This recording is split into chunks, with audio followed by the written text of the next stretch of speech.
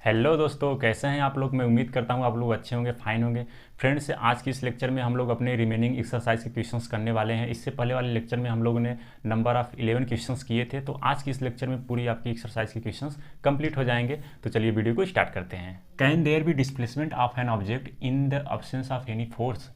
तो क्या किसी भी ऑब्जेक्ट का डिस्प्लेसमेंट हो सकता है? क्या किसी भी ऑब्जेक्ट का डिस्प्लेसमेंट हो सकता है जब उस पर कोई फोर्स ही एक्ट नहीं कर रहा हो? आपको ये थिंक करना है और इस क्वेश्चन को अपने फ्रेंड और अपने टीचर के साथ इसको डिस्कशन करना है। तो देखिए, ये हो सकता है कि नहीं। तो यह हो सकता है। इस yes it may be happen. ठीक है, कैसे हो सकता है? देयर कैन बी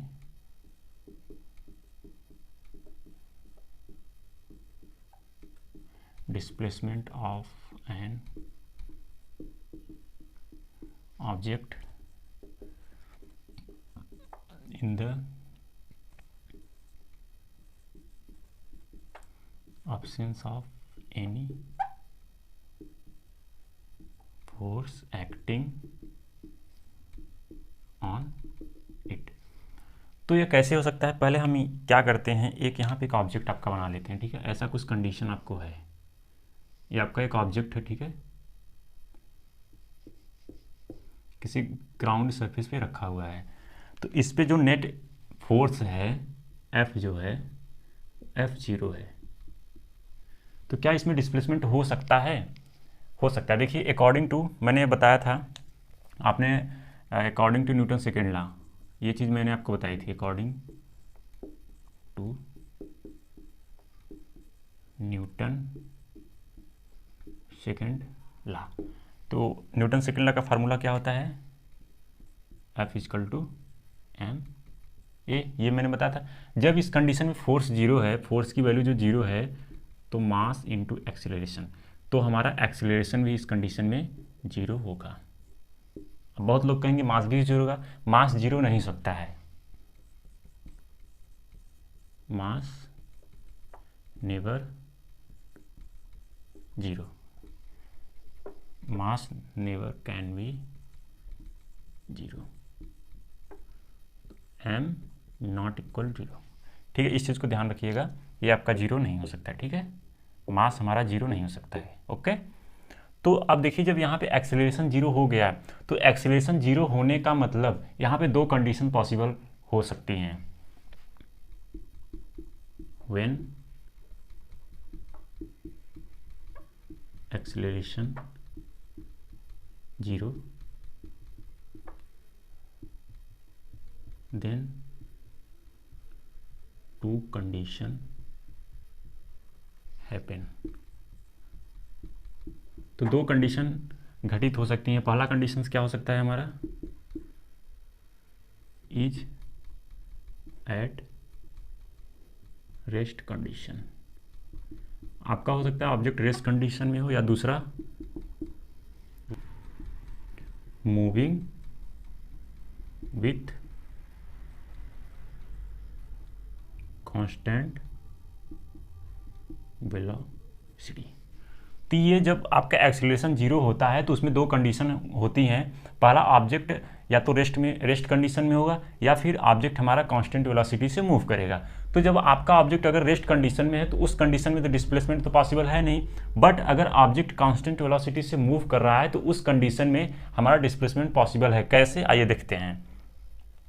तो मैंने आपको मोशन का 3 इक्वेशंस आपको बताए थे। तो हम यहाँ पे according to motion second equation, according to motion second equation. तो मोशन का सेकेंड इक्वेशन क्या होता है, पहले देख लें। मैं यहाँ पे दिख रहा है कि नहीं दिख रहा है? जी बिल्कुल, आपको दिख रहा है। तो मोशन का सेकेंड इक्वेशन क्या होता है? एस बराबर U T plus half A T square. तो यहाँ पे देखिए, ए की वैल्यू आपकी जीरो है, तो ये वाला जो हाफ ए टी स्क्वायर वाला जो टर्म है ये पूरा जीरो हो जाएगा। तो यहाँ पे एस बराबर यू टी आ जाएगा।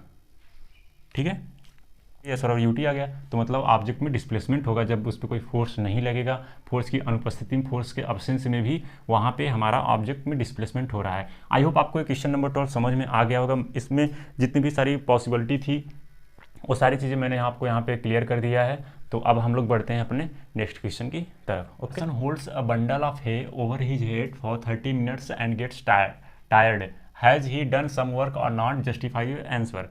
तो इसका ये क्वेश्चन क्या कह रहा है कि बेसिकली एक पर्सन है जो कि अपने सर पे एक मतलब भूसे का गट्ठर रखा है, भूसे का बंडल, भूसा जो होता है, जैसे जब गेहूँ की थ्रेशरिंग होती है तो उससे भूसा निकलता है, ठीक है, तो हे मिस भूसा होता है। तो भूसे का बंडल अपने सर पे रखा हुआ है 30 मिनट्स के लिए। तो बट वो क्या हो रहा है, वो गेट्स टायर्ड, थक जा रहा है। तो ये आपसे पूछ रहा है कि क्या पर्सन ने काम किया या नहीं किया और अपने आंसर को जस्टिफाई करना है। तो बहुत ही सिंपल है क्वेश्चन। देखिए, कोई सपोज ये पर्सन है आपका, ये लाइक दिस, ठीक है, ये है हमारे पर्सन, ये अपने सर पे कुछ एक भूसे का बंडल रखे हुए हैं, ऐसा कुछ लाइक दिस, ठीक है, मान लीजिए, ठीक, ये है दिस, और ये कितने मिनट्स के लिए, 30 मिनट्स के लिए रखे हैं। तो इस कंडीशन में ये वर्क डन करेगा या नहीं करेगा, इसके द्वारा वर्क डन होगा, भले से थक जा रहा है बट ये काम करेगा नहीं, कि काम करेगा या नहीं करेगा। इसने कोई वर्क नहीं किया, इसके द्वारा किया गया वर्क डन 0। अगर मैं बात करूं net work done, net work done 0। यह कैसे, मैंने आपको बताया था, जब मैं आपको बता रहा था positive work, negative work and 0 work, तो उस कंडीशन में मैंने क्या कहा था कि जैसे मान लीजिए एक आपका कोई ऑब्जेक्ट है, ठीक है, और इसमें कोई डिस्प्लेसमेंट नहीं हो रहा है, ये एक ही जगह पे, इसका जो फोर्स लगेगा, इसका जो फोर्स लगेगा mg, नीचे की तरफ ग्रेविटी के कारण ये नीचे आना चाहेगा, बट इसका डिस्प्लेसमेंट अगर इस डायरेक्शन में हो तो यहाँ पे 90 डिग्री में, तो यहाँ पे 0 वर्क हो जाएगा। बस इस कंडीशन में क्या हो रहा है कि इस कंडीशन में तो कोई डिस्प्लेसमेंट हो ही नहीं रहा है। अगर ऐसा होता है तो वहाँ पे 0 वर्क डन होता था, ठीक है। अगर फोर्स की डायरेक्शन डिफरेंट है, डिस्प्लेसमेंट की डायरेक्शन डिफरेंट है, तो यहाँ पे 90 डिग्री का एंगल बन जाता था, तो W=Fs cos थीटा के अकॉर्डिंग ये 0 हो जाता था, ठीक है, cos 90 का मान 0 होता है। बट इस कंडीशन में क्या हो रहा है कि इस कंडीशन में ये पर्सन जो है कि फोर्स तो डाउनवर्ड डायरेक्शन से तो लग रहा है, ठीक है, ये फोर्स जो हमारा है F=mg, इस ऑब्जेक्ट का जो वेट है वो डाउनवर्ड डायरेक्शन में तो लग रहा है, लेकिन इसमें कोई क्या डिस्प्लेसमेंट हो रहा है, डिस्प्लेसमेंट हो रहा है, मतलब डिस्प्लेसमेंट इक्वल टू 0, इसमें कोई डिस्प्लेसमेंट हो ही नहीं रहा, तो इस कंडीशन में वर्क डन हमारा 0 होगा। आई होप आपको ये क्वेश्चन समझ में आ गया होगा। तो यहाँ पे हम लिख सकते हैं कि in this condition,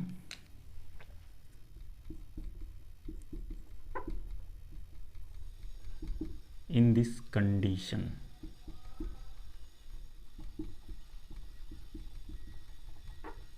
displacement not take place, so the work done is 0, because क्यों, work done happen in two condition, first force act on the body and second क्या होता है, displacement take place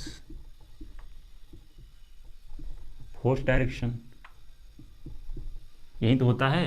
तो ये यहाँ पे स्टेटमेंट हम दे सकते हैं, in this condition displacement not take place, so the work done is 0, because work done happen in two condition, force act on the body and displacement take place force direction.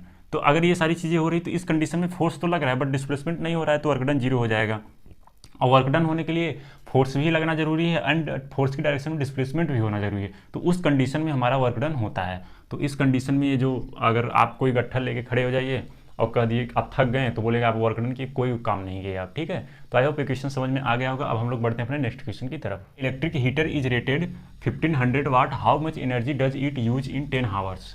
तो आपसे पूछ रहा है कि एक इलेक्ट्रिक हीटर है जिसपे इतना रेटेड मतलब इतना लिखा है 1500 वाट लिखा गया है, ठीक है। तो how much energy does it use in 10 hours, तो 10 आवर्स में वह जो इलेक्ट्रिक हीटर है कितना एनर्जी का यूज करेगा।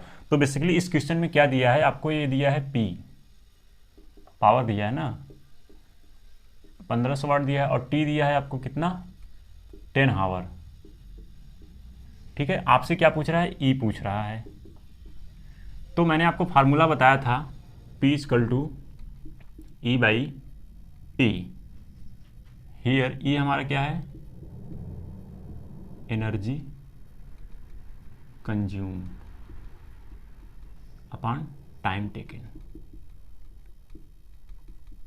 ये फार्मूला मैंने आपको बताया था। E की जगह मैंने W भी लिखा था, W = मतलब जितना वर्क डन होगा उतना एनर्जी होगा, तो उसके इक्वल हो जाएगा, ठीक है। तो E लिख सकते हैं। तो आपसे E की वैल्यू पूछ रही, तो E = कितना हो जाए, P × T हो जाएगा। P की वैल्यू 1500 एंड T की वैल्यू 10, तो कितना हो जाएगा इतना। इसको हम क्या लिख सकते हैं, 15 किलोवाट आवर। जब एक पेंडुलम के बॉब को हम क्या करते हैं कि एक साइड मतलब किसी एक साइड लेके जाइए और किसी एच हाइट पे लेके जाइए, उसको रिलीज कर दिए, तो क्या करने लगता है, वह ऑसिलेशन करने लगता है, ठीक है। तो आपको क्या बताना है कि एनर्जी का डिस्कशन करते हुए कि उसकी एनर्जी कैसे चेंज हो रही है, और उसके साथ साथ एनर्जी का डिस्कशन करना है, एनर्जी चेंज हो रही है, और उसके साथ साथ आपको law of conservation of energy को भी स्पष्ट यहाँ पे करना है। फिर आपसे क्या पूछ रहे हैं, why does the bob eventually come to rest, तो जो बॉब है वह रेस्ट कंडीशन में क्यों आ जाता है, इसको भी बताना है। और what happens to energy eventually, तो आप जो एनर्जी है उसके साथ क्या होता है, ठीक है, ये भी बताना है। और it is violation of the law of conservation of energy, क्या यह law of conservation of energy का वायलेशन कर रहा है कि नहीं कर रहा है, आपको ये भी बताना है। तो जैसा कि मैं यहाँ पे एक पेंडुलम बनाया हूँ, तो देखिए इस कंडीशन में अगर मैं देखूं इसमें काइनेटिक एनर्जी कितनी होगी, पोटेंशियल एनर्जी कितनी होगी। अगर मैं पोटेंशियल एनर्जी की बात करूं तो यहाँ पे सबसे ज़्यादा मैक्सिमम होगी और काइनेटिक एनर्जी कम होगी। और इस कंडीशन में काइनेटिक एनर्जी ज़्यादा होगी, पोटेंशियल एनर्जी कम होगी। इस कंडीशन में काइनेटिक एनर्जी कम होगी, पोटेंशियल एनर्जी ज़्यादा होगी। जब ये अपनी रेस्ट कंडीशन में आता है, तो ये रेस्ट कंडीशन में क्यों आ जाता है, क्योंकि क्या होता है कि यहाँ पे एयर भी तो फ्रिक्शन है, एयर का भी तो फ्रिक्शन लगेगा, तो एयर की फ्रिक्शन की वजह से ये रेस्ट कंडीशन में आ जाता है। और यहाँ पे देखिए एनर्जी एक फॉर्म से दूसरे फॉर्म में कन्वर्ट हो रही है, यू कैन से दैट कि एनर्जी का ट्रांसफॉर्मेशन हो रहा है। पहले ज़्यादा था, जब इसको रिलीज किया तो काइनेटिक एनर्जी बढ़ गई, पोटेंशियल एनर्जी घट गई। फिर क्या हुआ कि काइनेटिक एनर्जी हमारी डिक्रीज गई, पोटेंशियल एनर्जी बढ़ गई, तो यहाँ पे एनर्जी का ट्रांसफॉर्मेशन हो रहा है। तो हम ये कह सकते हैं कि यहाँ पे law of conservation of energy का वायलेशन नहीं हो रहा है। तो आई होप आपको ये इस फिगर से क्वेश्चन समझ में आ गया होगा। अब इसके लिए प्रॉपर तरीके से जब ये एच हाइट पे है, जब ये सेंटर कंडीशन में है, जब ये मैक्सिमम हाइट पे जाता है, तब इसमें क्या क्या कंडीशन देखने को मिलते हैं, एक एग्जांपल से इसको हम समझने की कोशिश करते हैं। तो चलिए उसको यहाँ पे देखते हैं। Okay, Bob is right side and not release. तो सपोज कीजिए बॉब आपका जो है इस राइट साइड में है, यहाँ पे है, ये राइट है आपका, ये लेफ्ट साइड है। जब आप बॉब आपका राइट साइड में है, जब इसको रिलीज नहीं किया गया है, तो उस कंडीशन में क्या होता है कि in this condition it has some height.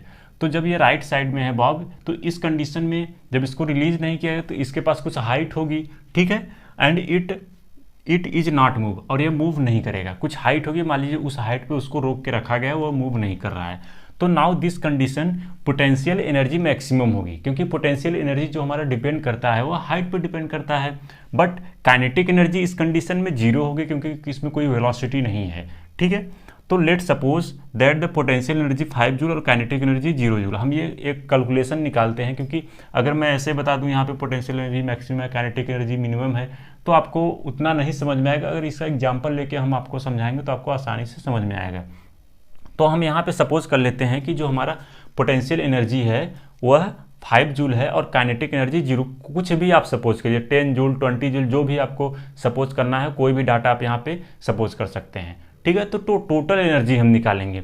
तो जब ये एच हाइट पे है तो इस कंडीशन में इसकी टोटल एनर्जी कितनी है, तो टोटल एनर्जी क्या होता है, potential energy plus kinetic energy. तो 5 + 0 तो इक्वल टू 5 जूल आ गया, ठीक है। आई होप आपको इस कंडीशन में जब ये रिलीज नहीं किया गया है तब इसके पास कितनी एनर्जी है, 5 जूल है, ठीक है।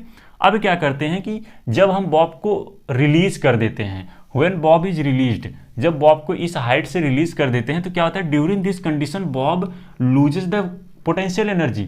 तो पोटेंशियल एनर्जी लूज करेगा और क्या गेन करेगा? काइनेटिक एनर्जी, क्योंकि पोटेंशियल एनर्जी हमारा हाइट पे डिपेंड करता है और काइनेटिक एनर्जी किस पे डिपेंड करता है?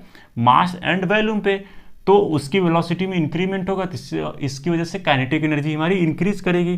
Suppose kinetic energy becomes 2 joule, तो जब काइनेटिक एनर्जी पहले 0 जूल था, तो जब वो उसकी वेलोसिटी इंक्रीज करेगी तो उसकी मान लीजिए वह उसकी एनर्जी जो है 2 जूल हो जाती है, ठीक है। पोटेंशियल एनर्जी डिक्रीज करेगी तो इसकी एनर्जी हमारी 3 जूल हो जाती है।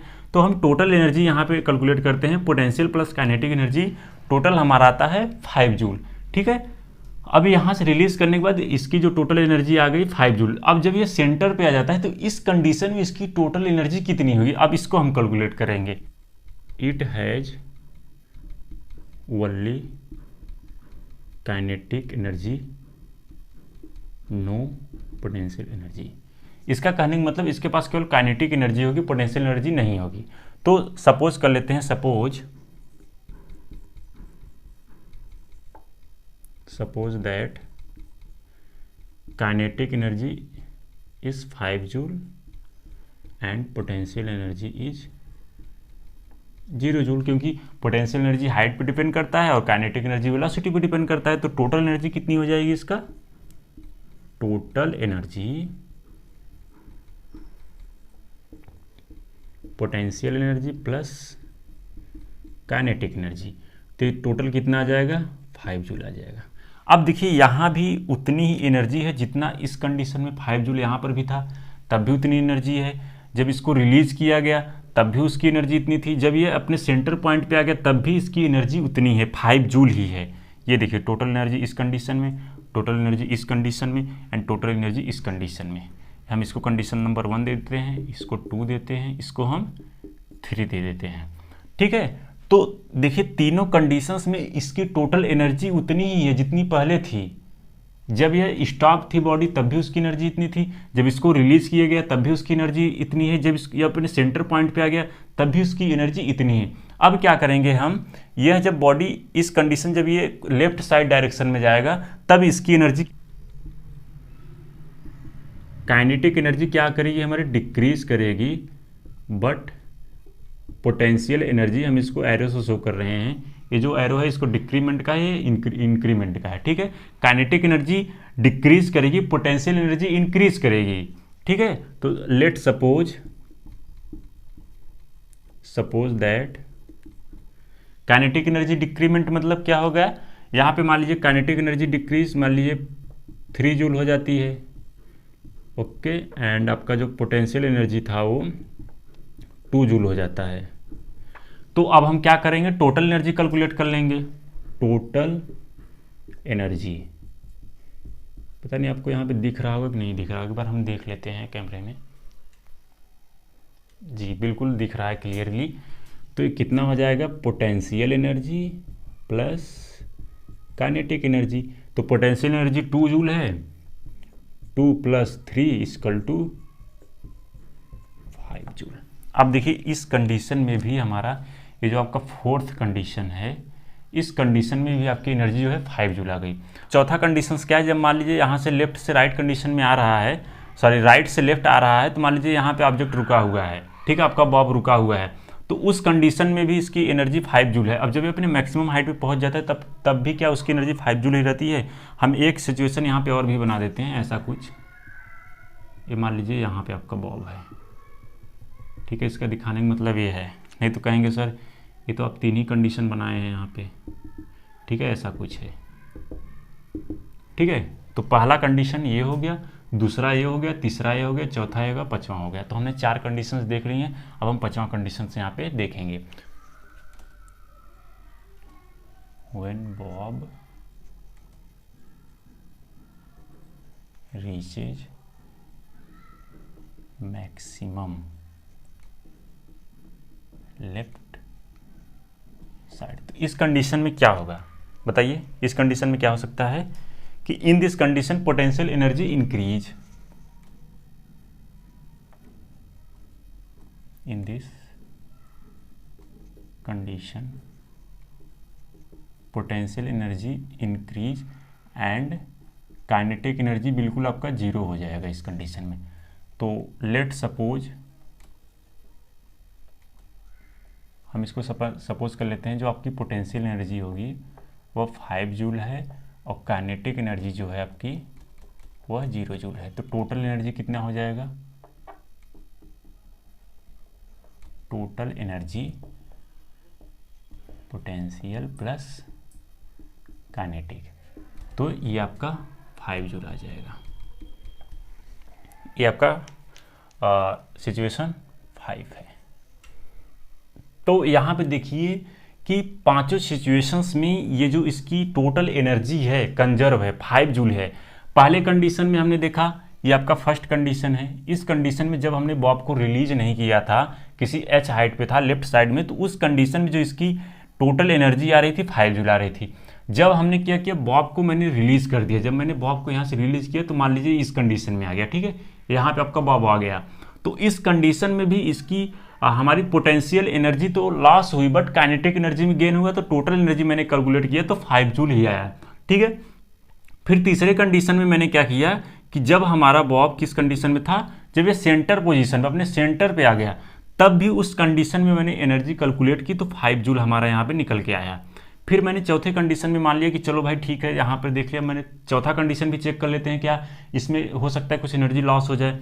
बट इस कंडीशन में भी क्या किया, when bob get goes to left, जब ये लेफ्ट साइड आने लगा राइट से, तो इस कंडीशन में भी मैंने एनर्जी कैलकुलेट की तो 5 जूल ही आया, ठीक है। फिर जब ये अपने मैक्सिमम हाइट पे पहुंच गया तो भाई अब डाउन से अपवर्ड डायरेक्शन में जा रहा है, तो ये मैक्सिमम हाइट पे पहुंच गया। तो इस कंडीशन में क्या हो कि पोटेंशियल एनर्जी इंक्रीमेंट हो रहा है बट काइनेटिक एनर्जी में डिक्रीमेंट हो, मतलब काइनेटिक एनर्जी 0 हो जा रही है। तो उस कंडीशन में भी इसकी एनर्जी जो थी total energy 5 joule I. Hence the total energy in all case remain constant eight 5 joule. तो मैंने सभी यहाँ पे 5 केस होता है, 1 2 3 4 5 केसेस में जो एनर्जी आपने देखा टोटल एनर्जी हमेशा कंजर्व थी, कितनी थी 5 जूल ही आ रही थी। तो hence the law of conservation of energy is not violated in case of simple pendulum. तो इस सिंपल पेंडुलम केस में आपका law of conservation of energy का वायलेशन नहीं हो रहा है, तो हम कह सकते हैं the energy is always conserved, ठीक है। तो eventually the bob comes to rest. तो बॉब हमारा रेस्ट में कैसे आ जा रहा है कि during each oscillation some energy get transfer to the air, जैसा कि मैंने बताया। तो प्रत्येक ऑसिलेशन के टाइम क्या है, कुछ एनर्जी जो उसकी ट्रांसफर हो जा रही है एयर को, तो due to air friction, so kinetic energy loss due to air friction. तो इसकी वजह से हमारा पेंडुलम क्या होगा, पेंडुलम या बॉब जो कल स्टॉप हो जाएगा। तो आई होप ये क्वेश्चन नंबर 15 आपको समझ में आ गया होगा कि an object of mass m, एक ऑब्जेक्ट है जिसका मास m है, ठीक है। एक कोई ऑब्जेक्ट है, let suppose this is object and mass m, and क्या कर रहा है, is moving with constant velocity, एक कांस्टेंट वेलोसिटी से मूव करे। तो how much work should be done on the object in order to bring the object to rest. तो आपको इस ऑब्जेक्ट कितना वर्क करना पड़ेगा कि यह रेस्ट कंडीशन में आ जाए। बेसिकली आपसे क्वेश्चन में ये पूछ रहा है। तो देखिए ऑब्जेक्ट का मास m दिया है, इसको हम लिख लेते हैं the object mass is m and the initial velocity is v, ठीक है। तो हम सपोज कर लेते हैं final velocity, let suppose the final velocity of object, हम क्या v1 सपोज कर लेते हैं, जो भी आप सपोज करना है आप उसको सपोज कर लीजिए, ठीक है। तो हमसे क्या पूछा है कि वर्क डन, तो अब वर्क डन कैसे हम कैलकुलेट करेंगे। तो वर्क डन कैलकुलेट करने के लिए मैंने आपको फार्मूला बताया था, वर्क डन इक्वल टू, इसको हम W से भी रिप्रेजेंट करते हैं, change in kinetic energy, change in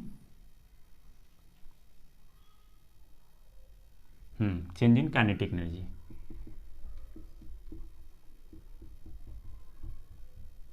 तो क्या होता है फाइनल काइनेटिक एनर्जी,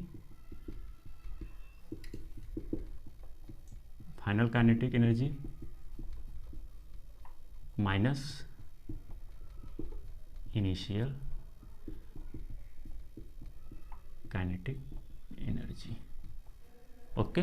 तो हमारा फाइनल कितना हो जाएगा, जो फाइनल हमारा वेलोसिटी इसका v1 है, तो हाफ m v1 की स्क्वायर माइनस हाफ, और इसके इनिशियल वेलोसिटी कितनी है, हाफ m वी स्क्वायर। हम सपोज किए हैं फाइनल वेलोसिटी इसमें मतलब दिया नहीं है, तो ये हम सपोज कर लेते हैं कि इसकी फाइनल वेलोसिटी 0 है, मतलब v1 है, बट इसको हम क्या कर लेते हैं, सपोज किए कि इसकी फाइनल वेलोसिटी हम मान के चलते हैं कि 0 है, तो क्या हो जाएगा इसका, ये 0 हो जाएगा, तो -12 mv², ये बचेगा आपका जो वर्क डन आएगा आपका -12 mv²।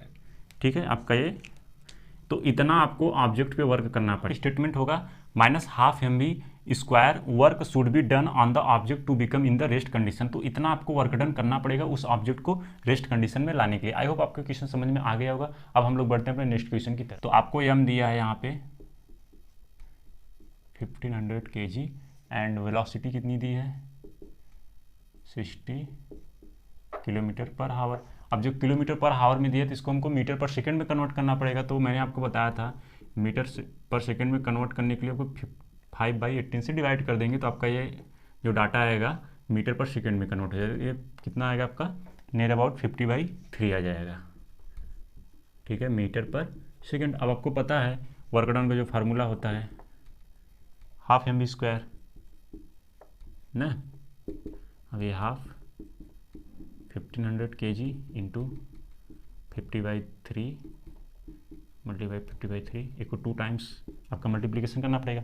जब इसको कैलकुलेट करेंगे आपका इतना आ जाएगा 2083.3 जूल। तो आपको इतना वर्क डन करना पड़ेगा उस कार को स्टॉप करने के लिए।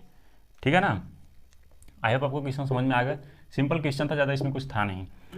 In each of the following force F is acting on object of mass m। तो कोई m मास का कोई ऑब्जेक्ट है और इस 3 केसेस यहाँ पे दिए गए हैं। तो तीनों केस में इस पर एक फोर्स एक्ट कर रहा है। The direction of the displacement is west to east. तो जो डिस्प्लेसमेंट की डायरेक्शन है वेस्ट से ईस्ट की डायरेक्शन में है। ठीक है, सो बाय द लॉन्गर एरो, तो जो कि लॉन्गर एरो से यहाँ पे शो किया गया है। Okay, observe the diagram carefully and state whether the work done by the force is negative, positive और जीरो। तो आपको इस जो डायग्राम दिए गए इसको ऑब्जर्व करना है और आपको बताना है कि किस फिगर में आपका वर्क डन पॉजिटिव होगा, नेगेटिव होगा एंड जीरो होगा। और जबकि इससे पहले मैं आपको ये चीज़ें बता चुका हूँ। तो देखिए अब यहाँ पे आप देखिए कि इस कंडीशन में मान लीजिए आपका पहला फर्स्ट सिचुएशन है, this is the second situation और this is the third situation. तो इस कंडीशन में ऑब्जेक्ट पे वर्क डन कितना होगा, जीरो होगा, पॉजिटिव होगा या निगेटिव होगा, आपको ये बताना है।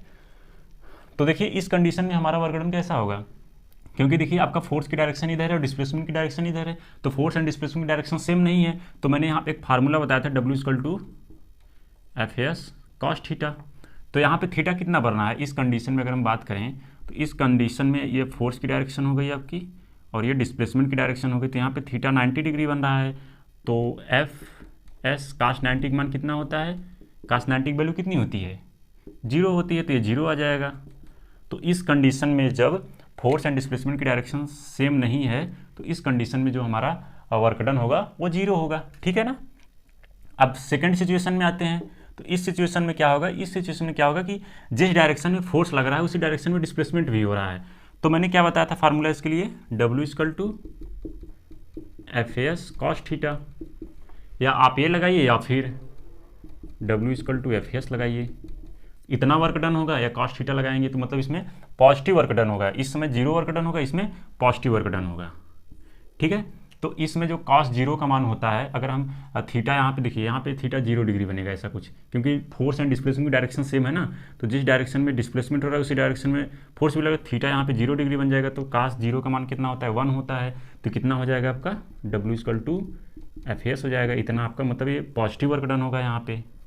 ओके, यहाँ पे जीरो वर्क डन, यहाँ पे positive work done. I hope आपको समझ में आ गया होगा। यहाँ पे हम थीटा लिख लेते हैं, theta 0 degree, theta 90 degree. Okay, चलिए अब इस कंडीशन में आते हैं। अब देखिए यहाँ पे क्या है कि आपकी डिस्प्लेसमेंट की डायरेक्शन ये है, फोर्स की डायरेक्शन ये है, मतलब फ्रिक्शन लग रहा है यहाँ पे ऐसा कुछ। तो यहाँ पे भी मैंने फार्मूला W=FAS cos थीटा। तो इस कंडीशन में क्या होगा, इस कंडीशन में कुछ ऐसा सिचुएशन बनेगा, यहाँ पे डिस्प्लेसमेंट की डायरेक्शन, यहाँ पे फ्रिक्शन फोर्स की डायरेक्शन, तो यहाँ पे थीटा 180 डिग्री हो जाएगा। जब थीटा 180 डिग्री का मान होता है -1। ठीक है, तो अब इसमें हम रखेंगे तो W=FAS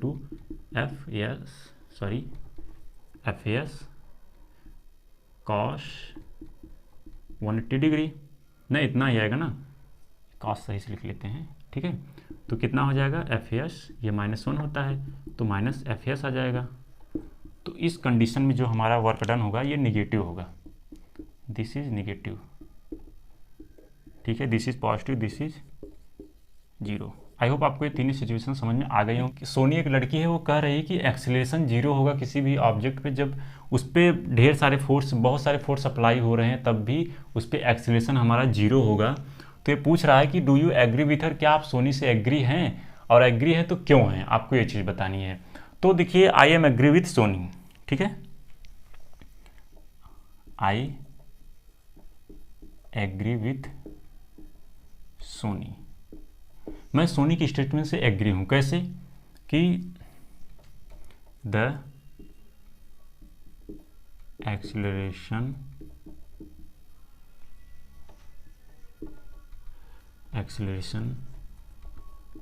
of an object could be zero when several forces acting on, how, according to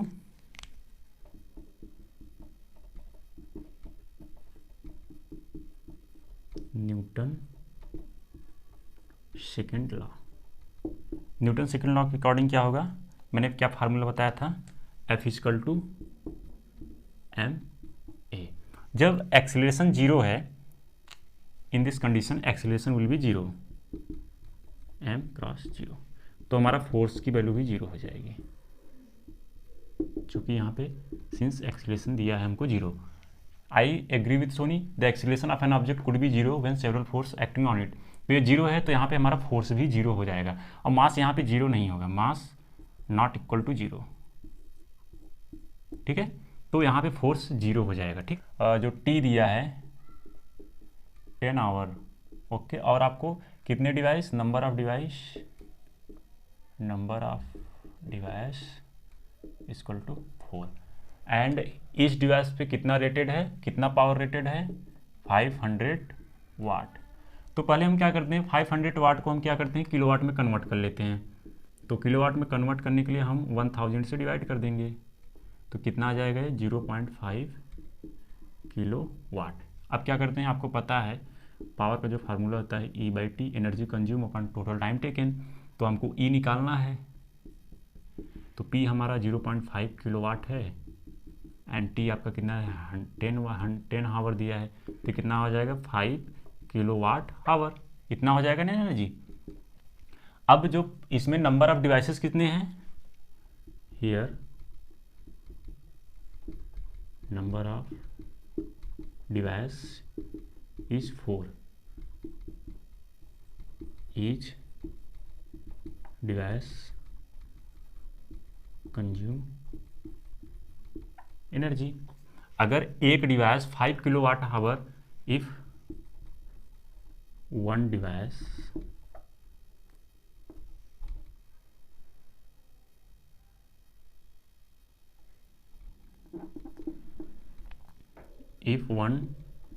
device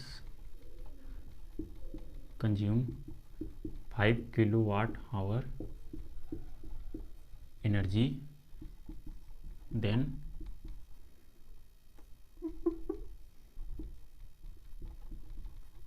energy consumed by 4 device, कितना हो जाएगा ये, 5 किलो वाट आवर गुणे 4, 20 किलो वाट आवर। तो जो 4 डिवाइस मिलके कितना एनर्जी कंज्यूम करेंगे, 20 किलो वाट आवर, ये आपका आंसर होगा। आई होप आपको ये क्वेश्चन समझ में आ गया होगा। A freely falling object eventually stop reaching the ground. तो क्या होता है कि एक फ्री फॉल बॉडी जब किसी हाइट से रिलीज होती है तो साधारणतः ग्राउंड पे आके स्टॉप हो जाती है, तो what happens to its kinetic energy. तो इसकी काइनेटिक एनर्जी के साथ क्या होता है, बेसिकली आपको ये बताना है। तो यहाँ पे मैं एक सिचुएशन बना दे रहा हूँ, ये आपका ग्राउंड पोजीशन है, ठीक है, और ये आपका ये ऑब्जेक्ट है, ठीक है, एच हाइट पे है। तो जब ये फ्री फॉल होता है तो इवेंचुअली क्या होता है, ग्राउंड से आके जब टक्कर करता है तो क्या होता है, स्टॉप हो जाता है, like this. Okay, free fall condition, free fall of object, ठीक है।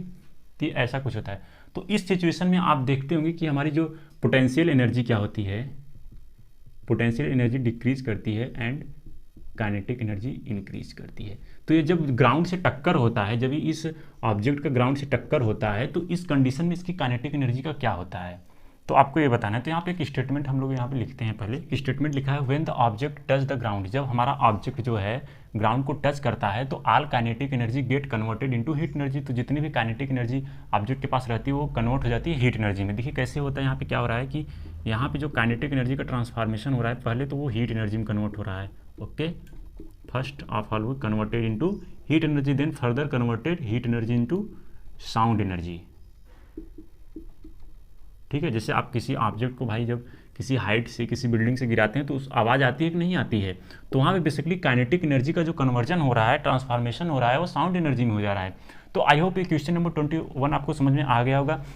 फ्रेंड्स, ये हमारे एक्सरसाइज का लास्ट क्वेश्चन था। अभी तक मैंने यहाँ पे जितने भी क्वेश्चन समझाए, मैं उम्मीद करता हूँ कि आपको सारी चीज़ें समझ में आई होंगी। और फ्रेंड्स, आपसे मैं एक रिक्वेस्ट करता हूँ, यदि मेरी वीडियो अच्छी लगती है तो वीडियो को लाइक सब्सक्राइब जरूर करें और अपने दोस्तों के साथ शेयर करना ना भूलें। तो आज के लिए थैंक यू।